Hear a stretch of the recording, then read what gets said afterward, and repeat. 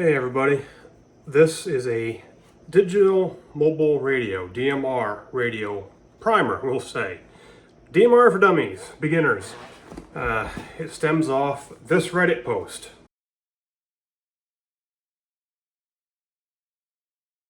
As you can see, this poster is confused.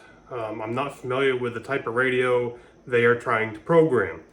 There are various brands of DMR radios out there. They're all going to program differently. But the basics of DMR, how the repeaters operate, time slots, talk groups, that's all the same. So you just need to figure out how to get it in your radio and then zone out your radio how you want to set it up. So I'm going to go through this for beginners and see if I can help you out, kind of explain how the time slots work, what they are, and we'll go from there. And then I'm going to start with a brand new slate on a code plug, blank, and we're going to put it in a radio. Not a huge code plug, just throwing, a few talk groups, kind of show you how to do it with the 2 time slots, what color codes are, all that good stuff. With a DMR repeater system, you have 2 time slots. And if you're not familiar with it, it's going to be kind of weird. You have 2 repeaters in 1 repeater. It is physically 1 repeater, but there's 2. And I'll explain that in just a second. First of all, you need to figure out where to find DMR information for your area. For my area, New England, there's a website, nedecn.org, and then you can look up Maine, New Hampshire, Vermont, Mass, like that. You can find the repeaters. So I'm just going to pick on this one, Presque Isle. Here's the information. It's really no different than a normal repeater. It's VHF 145.18 with a negative 0.6 offset, 600K down. So I did out the math. It's going to be 144.58 in. That is no different than analog. Now the color code. Yes, color number 12. That doesn't make sense. That might get confusing, okay? I don't know why they didn't label the color codes actual colors or come up with a different term for it. I don't know. I didn't invent this.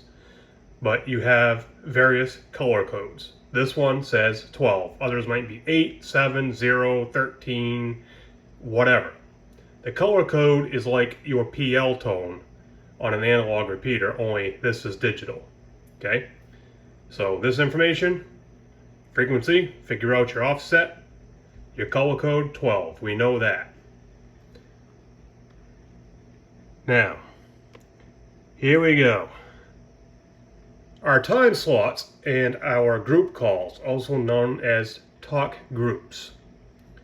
Notice here we have a pile in time slot 1 and a few of them in time slot 2. And down there at the bottom we have this little asterisk with PTT activated.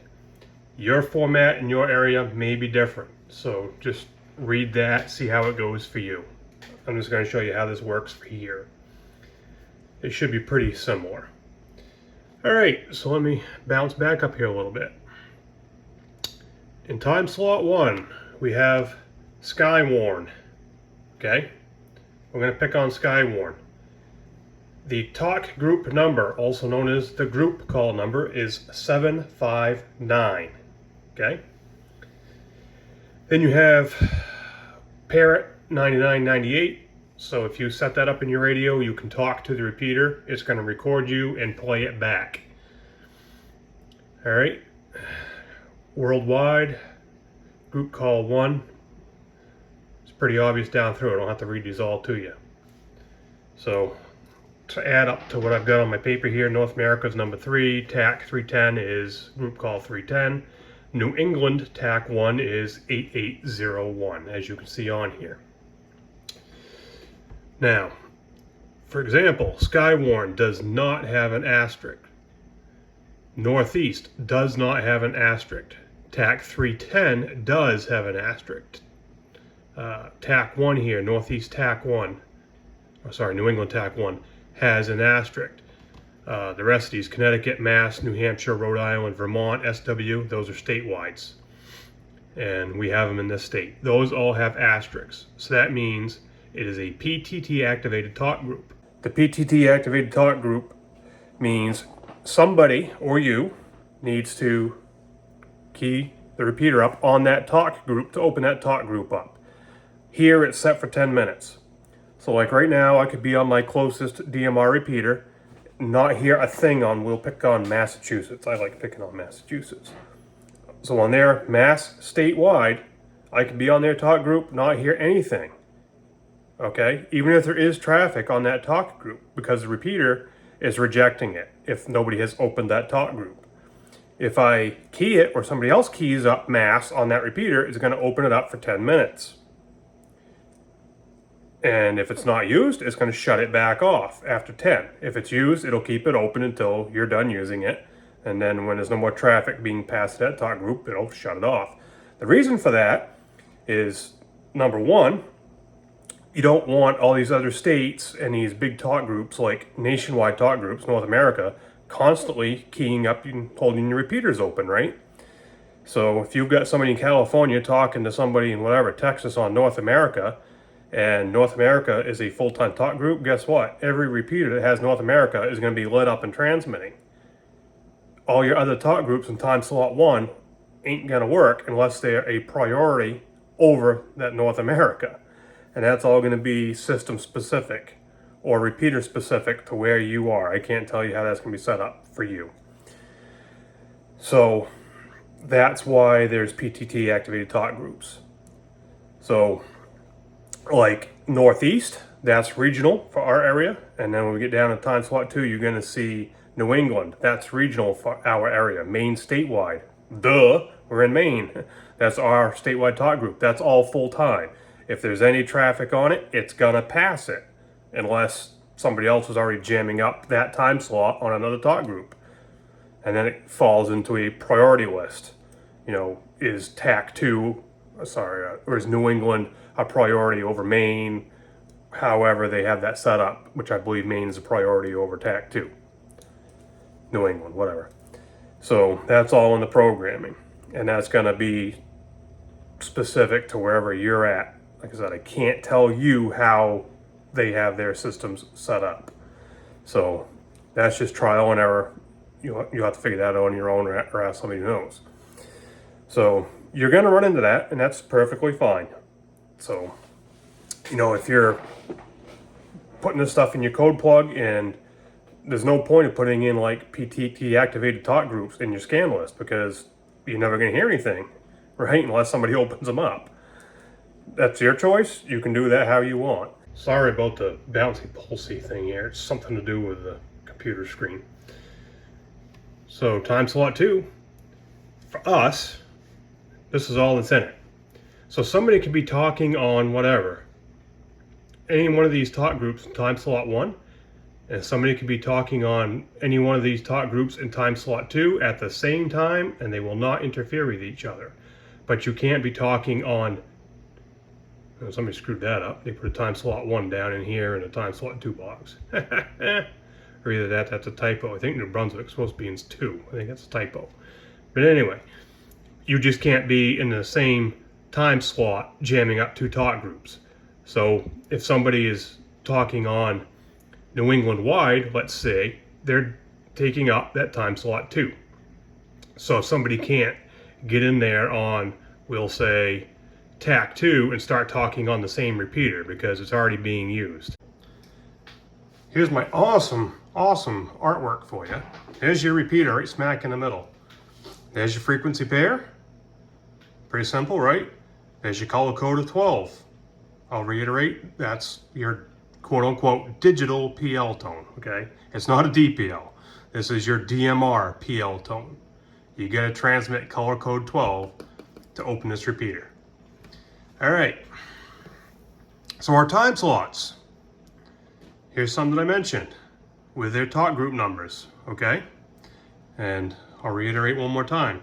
Somebody could be on here talking on Skywarn, and somebody could be over here on time slot 2 talking on New England wide at the same time on one repeater, and it won't interfere. Pretty cool, isn't it? Now the local site feature, talk group number 9.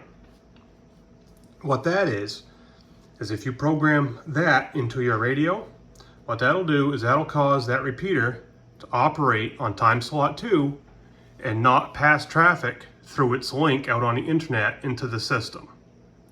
It'll keep it right there and just act as a standalone repeater. These other talk group numbers and all the other ones I showed you, the repeater will open up and pass the traffic out through the link into the system.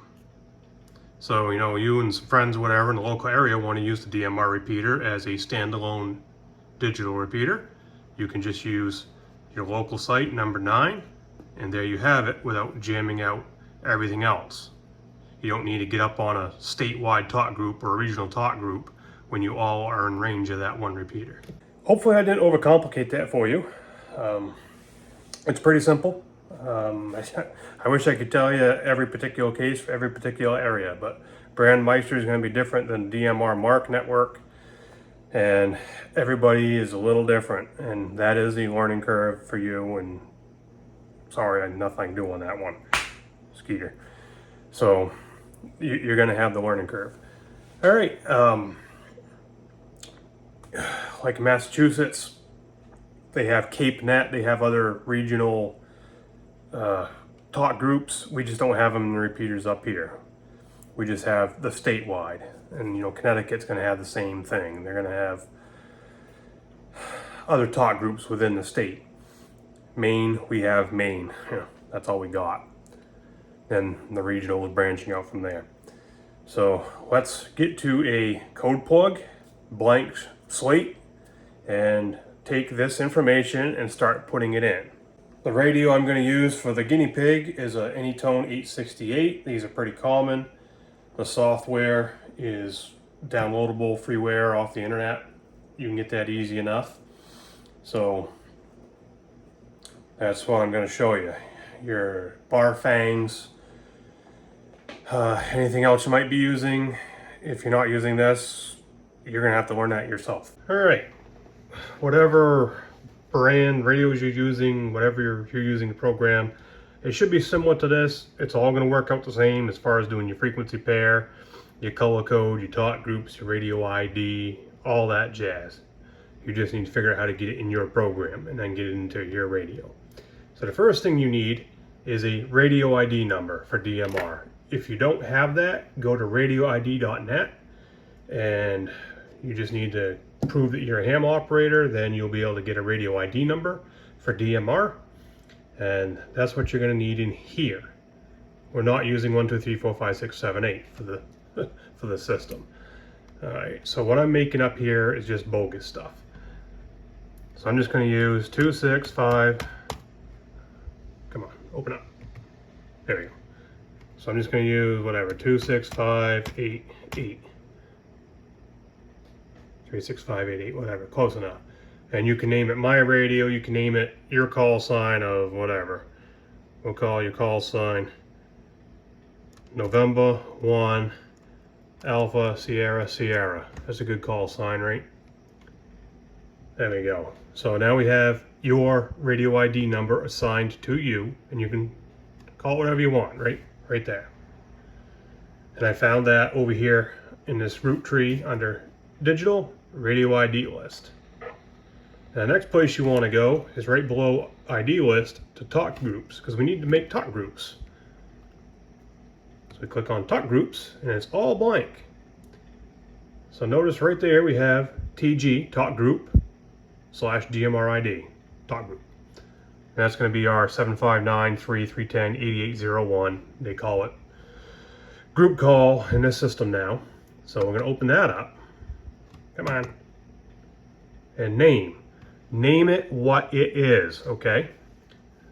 So if this is Skywarn, that's all we need to call it, is Skywarn. Don't decide to call it some other weird thing, because you're not going to remember what it is. It is a group call. Talk group ID is going to be 759. There it is, boom. And click OK. Now you notice ID and the name of the talking group. Now we're going to do the same thing again for North America. I'm not getting really fussy with the spellings and such in this for this demo. Talk group ID is 3. So I'll be right back with you. Alright, you didn't need to watch me plug these in. There we go. There's our talk group numbers. And there's our name of our talk group. Now, if you fat finger this and get this wrong, it ain't gonna work. So, it may or may not work. It may or may not do what you think it's gonna do. For example, if you fat finger 8802 here and get 8801 again, right there on TAC 2, even though that's a valid talk group number, it ain't gonna work because that talk group number 8801 is in time slot 1, remember, for New England TAC 1. So this TAC 2, 8802, is in time slot 2. So it's just gonna go dead. Nothing's gonna happen. It's gonna hit the repeater and nothing's gonna happen. Now, if there was a 8801 talk group on the time slot 2, or let's say you fat fingered 8803 and had it labeled as TAC 2, and there was an 8803 in the repeater on time slot 2, and that was supposed to be whatever, Rhode Island TAC, we'll say. I don't know, just making it up. Guess what?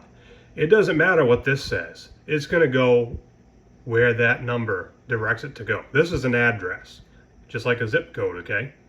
This is what tells the system where to send your data, where to send your message, okay? So that's what really matters. So you need to be 100% on that.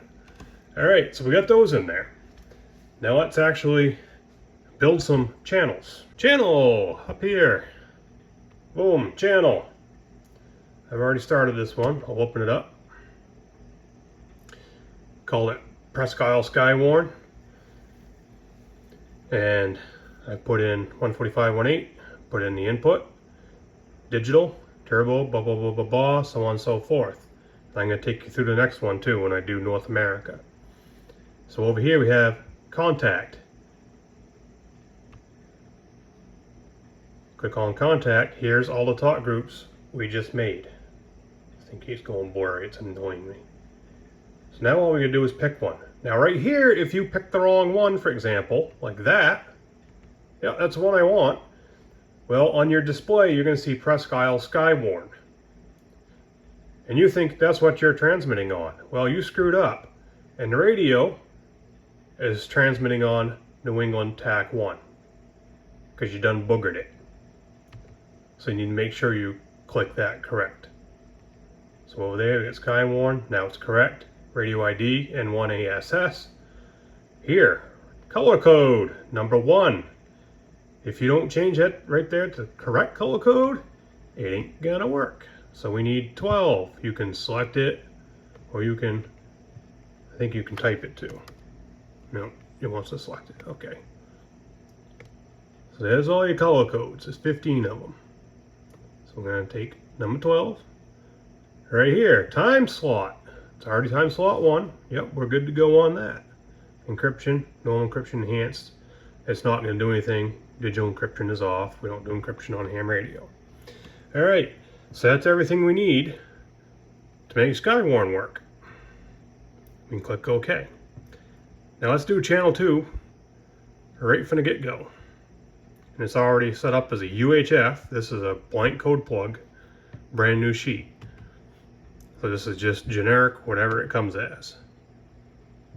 So let's do Presque Isle and America, close enough. Put our frequency in here, okay? 145.18. This is no different than analog. You screw this up, it won't work. 144.58. Now channel type. Right here, it could be any one of these that's selected. Right there, it could come up and just say analog. Well, analog ain't gonna work. So down here, notice this analog box is all black. You can do PL tone, squelch modes, all this junk. And your digital over here doesn't do anything. I'm trying to click it, nothing happens. So we're gonna go to digital. The analog box is going to gray. The digital box is going to let you select things now. See the change? All right. You can now select your transmit power, your bandwidth. Now we're running digital, so your bandwidth needs to be, this is not debatable, it needs to be 12.5 kilohertz, okay?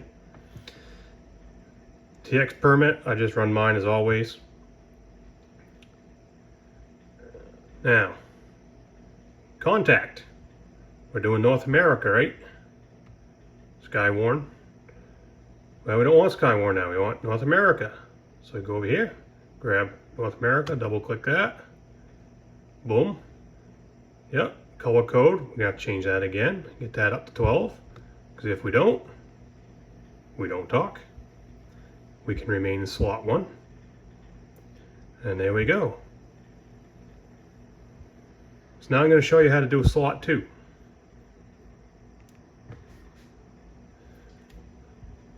And slot 2, we're going to do local, whoop, kicked you. We're going to do the local site, all right? So we're going to do the same thing, 145.18, 144.58. Now, notice here in the channel type, it's coming up analog and then digital, but it's going to TX on analog. We don't want that. We want digital. Digital. 12.5 kilohertz. Okay. And we're going to go over here, find our talk group. Now I'm just going to click on this one time and see what happens. Notice what popped up?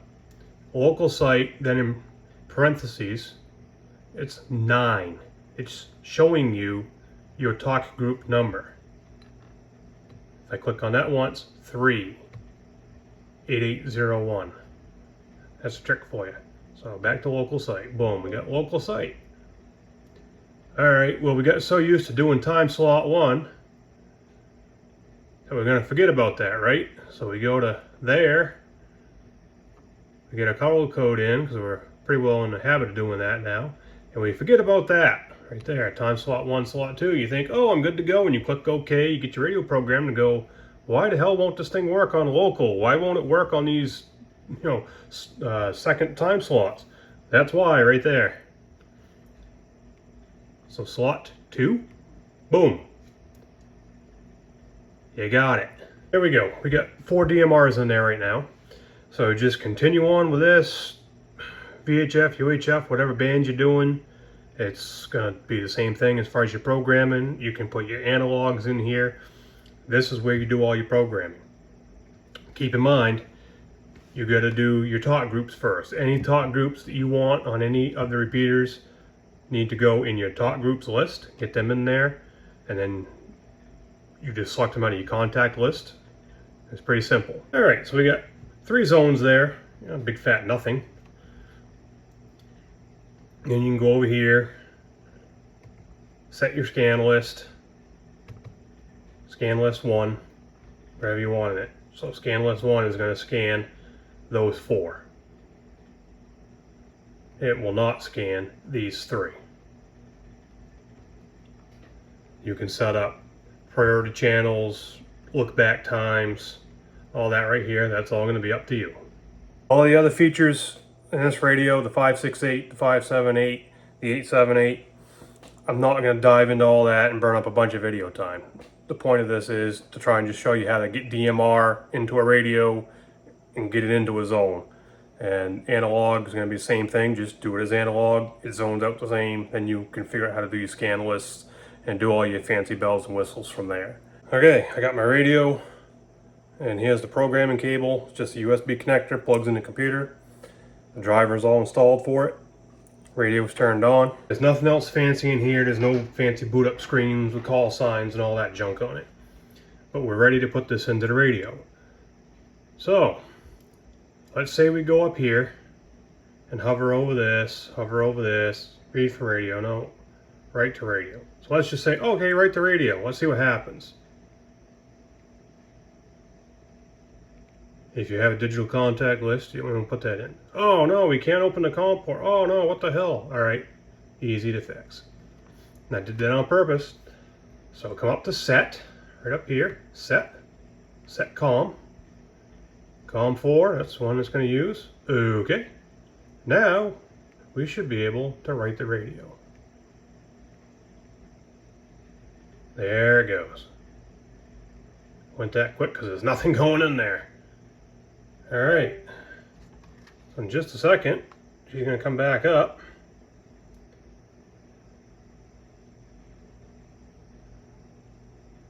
And have what we just wrote in it. Didn't get fancy with the settings and the displays and all that, as I said.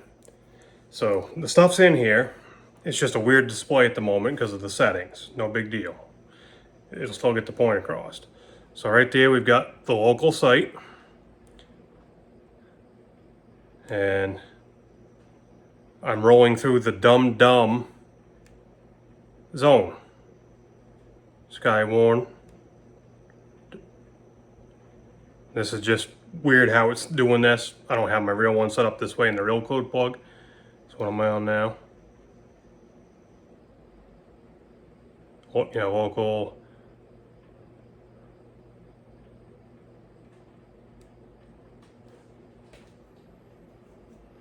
Come on, roll over here.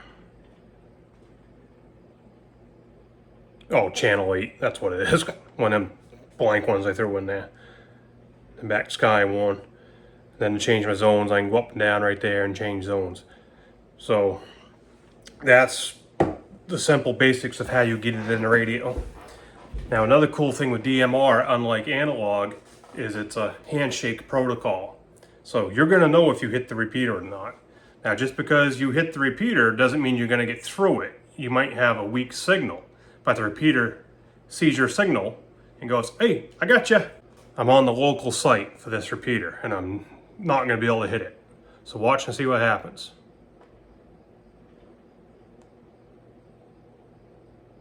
Did you see that? I try keying up, it's flashing the signal, and it says repeater not found.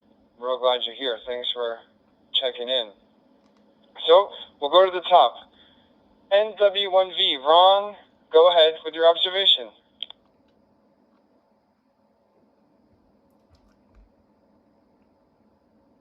John and everyone else on the net.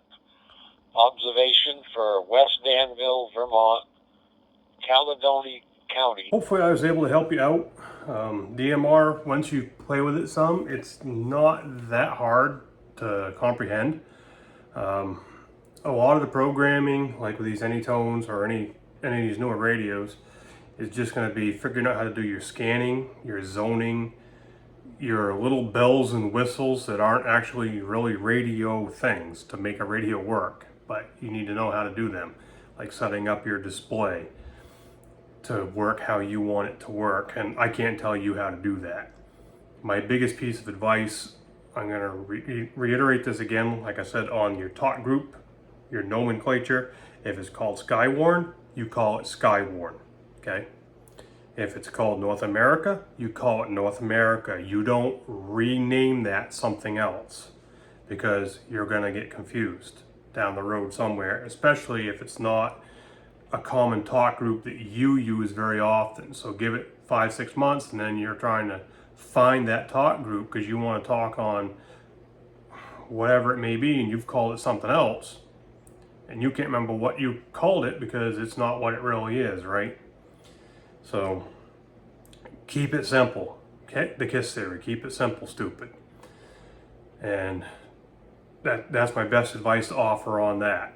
And as far as programming it, try and set up something simple that works for you. If you got some questions, feel free, throw them in the comments and I'll try and help you out if it's something I can help you out with. Have a good one.